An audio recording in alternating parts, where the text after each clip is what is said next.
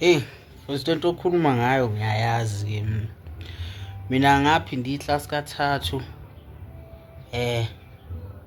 ngaze ngafunda nengane yasekhaya iLasbon. Nakhona liqoka ukuqala ngifeyili yabo. Ngake ngafeyila vele nakwamanye ama-grade yabo, grade 1 lapho, grade 2. Hhayi u-grade 11 mfethu ngaze ngawuphinda kathathu yabo. Ngafunda neLasbon yasekhaya. And into ebuhlungu ukuthi njalo uma sobhala i-test noma sinika i-homework kwakuthiwa iLasbon yasekhaya ayongifundisa. Lapho sengiphinde iklasi kawu-3 yena ezofunda iklasi okokuqala kuthiwa uyena okumele efundise mina.